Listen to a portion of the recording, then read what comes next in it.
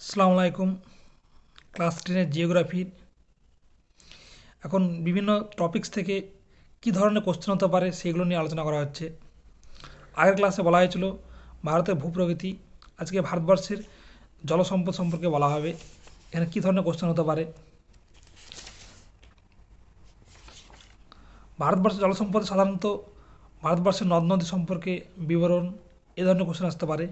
এ ধরনের কোশ্চেন হলে কী হবে, ভারতবর্ষের মূল মূল যে নদীগুলো আছে, গঙ্গা, সিন্ধু, ব্রহ্মপুত্র,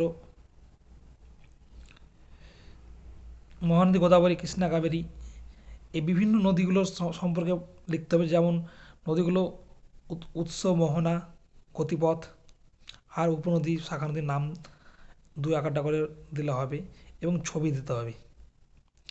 সাধারণত এখান থেকে কোশ্চেন আসে যে দক্ষিণ বাহিনী নদীগুলির বিবরণ দাও। দক্ষিণ বাহিনী নদীগুলি আছে মহানদী, গোদাবরী, কৃষ্ণা, কাবেরী। আর পশ্চিম বাহিনী নদী আছে নর্মদা, তাপ্তি। তাহলে দক্ষিণ বাহিনী বা পূর্ব বাহিনী বলা যেতে পারে নদীগুলোর বিবরণ। অথবা যদি বলা হয় উত্তর ভারতের নদীগুলো, উত্তর বাহিনীর নদীগুলো বিবরণ দাও, তাহলে উত্তর বাহিনী নদীগুলো হচ্ছে গঙ্গা, সিন্ধু, ব্রহ্মপুত্র। এই যে নদীগুলো সম্পর্কে বলা হলো, প্রত্যেকটা নদী সম্পর্কে কিন্তু জানতে হবে কাকে বলে, এই নদীগুলো উৎস, মোহনা, দীর্ঘ পথ মানে গতিপথ কোন কোন অঞ্চল দিয়ে গেছে, এই বিষয়গুলো সম্পর্কে কিন্তু ভালোভাবে জানতে হবে। উত্তর ভারতের এবং দক্ষিণ ভারতের নদ নদীর পার্থক্য, এটা খুব ভালো কোশ্চেন। উত্তর ভারতের নদীগুলো যেমন বরফ গলা জলে পুষ্ট, দক্ষিণ ভারতের নদীগুলো বৃষ্টি জলে পুষ্ট। উত্তর ভারতের নদীগুলো তো খরস্রোতা বেশি, মানে খুব খরস্রোতা তুলনামূলক কম, তার জন্য নৌ পরিবহনযোগ্য বা জলবিদ্যুৎ কম। কিন্তু দক্ষিণ ভারতে সেই তুলনায় খরস্রোতা বেশি, জলবিদ্যুৎ বেশি হয়। উত্তর ভারতের নদীগুলো অনেক দীর্ঘ পথ, লম্বা পথ, কিন্তু দক্ষিণ ভারতের তুলনামূলক পথ ছোট, পথ লম্বা নয়।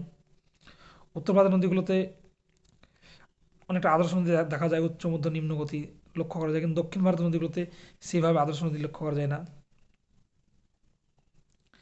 তাহলে এইভাবে কিন্তু উত্তর ভারত দক্ষিণ ভারতের নদ নদী কিন্তু পার্থক্য অবশ্যই করে রাখতে হবে।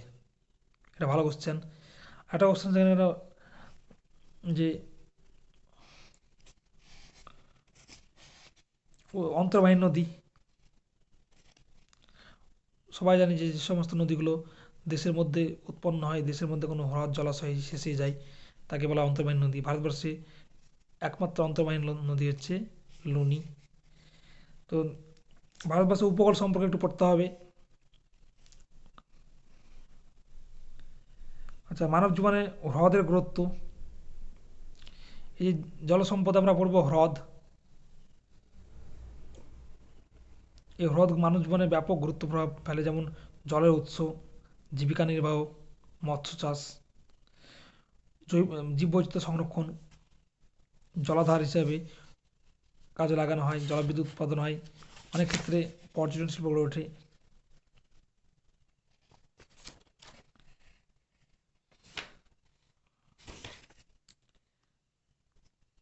এছাড়াও অনেক ক্ষেত্রে জলাশয় দেখতে পাওয়া যায় বা খাল দেখতে পাওয়া যায়। জলাশয়ের মাধ্যমেও কিন্তু মানুষের ব্যাপক উপকার আছে। যে জলাশয় বলতে গেলে যে বৃষ্টি জল ধরে রাখা হয়, বন্যা প্রতিকার করা হয়, জল পরিশোধনে জল পরিশোধন মানে স্থানরূপে বা নর্দমা জলগুলোকে পরিশোধন করা হয় এখানে। মানুষের জীবনধারণের উন্নতি সাধন, স্বাভাবিক বাস্তুতন্ত্র, সেচের কাজে ব্যবহার করা হয়। এক কথায় বিভিন্ন জলের কাজ রয়েছে। এছাড়াও খালের মাধ্যমে জলও দেখতে পাওয়া যায়, যেমন প্লাবন খাল, নিত্যবাহ খাল। যে সমস্ত খাল সারা বছর জল থাকে, নিত্যবাহ খাল। আর যেগুলো সারা বছর জল থাকে না, প্লাবন খাল। মানব জীবনে জলসেচের ব্যাপক প্রভাব রয়েছে, কারণ জলসেচের মাধ্যমে কৃষিকাজ উন্নতি ঘটেছে বা কৃষিকাজ সম্পন্ন হয়।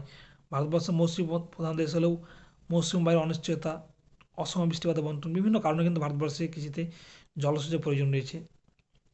তোমরা জলসেচের ব্যাপারগুলো জানবো। এখানে তিনটে পদ্ধতিতে ভারতবর্ষে জলসেচ হয়। একটা হচ্ছে কূপ, নলকূপ, জলাশয় আর সেচ এই খাল। কূপ মানে হচ্ছে কুয়ো খনন করা, আর নলকূপ মানে হচ্ছে পাইপ মাধ্যমে। ভারতবর্ষে সবচেয়ে বেশি জলসেচ করা হয় কূপ নলকূপের মাধ্যমে। তার মধ্যে কূপ এই নলকূপের মাধ্যমে 46%, আর প্রায় 18-19% মতন কূপের মাধ্যমে দিয়ে ওভারঅল 60% জলসেচ করা হয় এই কূপ নলকূপের মাধ্যমে। নলকূপের জল আচ্ছা, ভারতবর্ষে সেচখাল সবচেয়ে বেশি আছে, বা উত্তরপ্রদেশে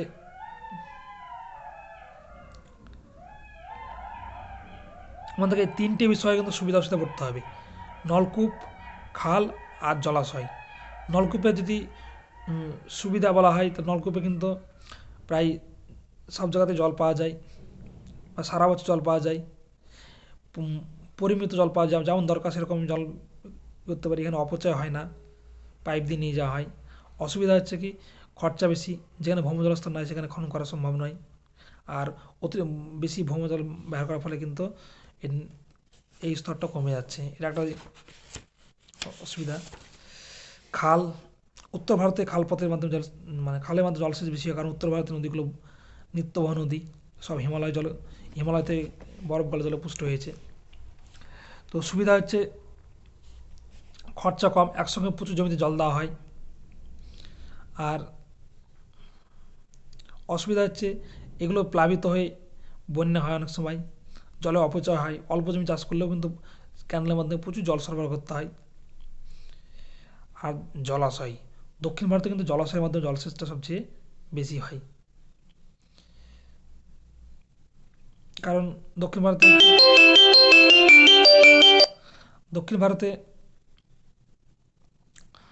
মাটির প্রবেশ মানে জলধারণ ক্ষমতা ভালো, তো জলাশয়ের মাধ্যমে কী হয়, সহজে জল পাওয়া যায়, বৃষ্টি জল ধরে রাখা হয়, খরচা কম। অসুবিধা হচ্ছে শুষ্ক অঞ্চলে শুষ্ক সময়ে জল পাওয়া যায় না। তো এইভাবে কিন্তু আমাদেরকে প্রত্যেকটা বিষয়ের সুবিধা অসুবিধাগুলো পড়তে হবে। এছাড়াও জানতে হবে যে অতিরিক্ত ভৌমজলের কুপ্রভাব। বর্তমানে ভৌমজলের অতিরিক্ত ব্যবহারের ফলে কী হচ্ছে, মাটির লবণাক্ততা বেড়ে যাচ্ছে, জলবায়ু স্তর বিন্যাস হয়ে যাচ্ছে, মানে জল স্তর নেমে যাচ্ছে, ভৌমজল স্তর অনেক পতন হচ্ছে,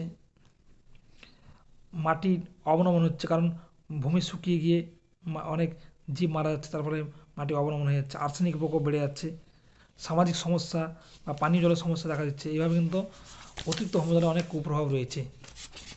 সেটা আমাদের জানতে হবে যে বহুমুখী নদী পরিকল্পনা, যখন কোনো নদীতে বাঁধ দিয়ে একসঙ্গে অনেকগুলি কাজ করা হয়, যেমন বাঁধ নির্মাণ, বাঁধ যেমন জলসেচ, জলবিদ্যুৎ, বন্যা নিয়ন্ত্রণ, খরা নিয়ন্ত্রণ, মৎস্য চাষ, পরিবহন, এই সমস্ত নানান কাজ করা হয়, তখন তাকে বলা হয় বহুমুখী নদী পরিকল্পনা। যেমন ডিবিসি, দামোদর ভ্যালি কর্পোরেশন হচ্ছে ভারতের প্রথম বহুমুখী নদী পরিকল্পনা। এছাড়াও ভারতের ভাকরা নাঙ্গল হচ্ছে বৃহত্তম বহুমুখী নদী পরিকল্পনা। এছাড়া আমাদের জানতে হবে জলবায়ু হচ্ছে কী, যে উচ্চভূমি কোনো স্থানে জলকে বিভাজন করে। জল সংরক্ষণ সম্পর্কে জানতে হবে, যে কারণ জল সংরক্ষণ না করলে ভবিষ্যতে কিন্তু অনেক সমস্যা রয়েছে, তো অদূর ভবিষ্যতে কথা মাথায় রেখে আমাদেরকে জলকে সংরক্ষণ করতে হবে। এই জন্য বৃষ্টি জল সংরক্ষণের একটা গুরুত্বপূর্ণ বিষয় রয়েছে। বৃষ্টি জল সংরক্ষণে সবচেয়ে তামিলনাড়ু এগিয়ে আছে, এবং তামিলনাড়ুতে কী হয়, যারা বাড়ি করে তারা কেউ ছাদ থেকে পাইপের মাধ্যমে বাড়ির সামনে কোনো চৌবাচ্চা তৈরি করা হয়, এবং সেই চৌবাচ্চায় কী করে, সেই বৃষ্টির জল বাড়ির ওপর ছাদ বেয়ে এসে, নল বেয়ে এসে বাড়ির সামনে চৌবাচ্চায় সঞ্চিত হয়ে কিন্তু জল সংরক্ষণ করা হয়, এবং এটা একটা ভালো পদ্ধতি। এছাড়াও অনেক রকম পদ্ধতি আছে, বিভিন্ন জায়গায় জল সংরক্ষণ করে রাখা হয় ভবিষ্যতে ব্যবহার করার জন্য। তো এই জল সম্পদের এই কোশ্চেনগুলো যেগুলো বলা হলো, এই সমস্ত কোশ্চেনগুলো অবশ্যই কিন্তু ভালো করে পড়ে রাখতে হবে।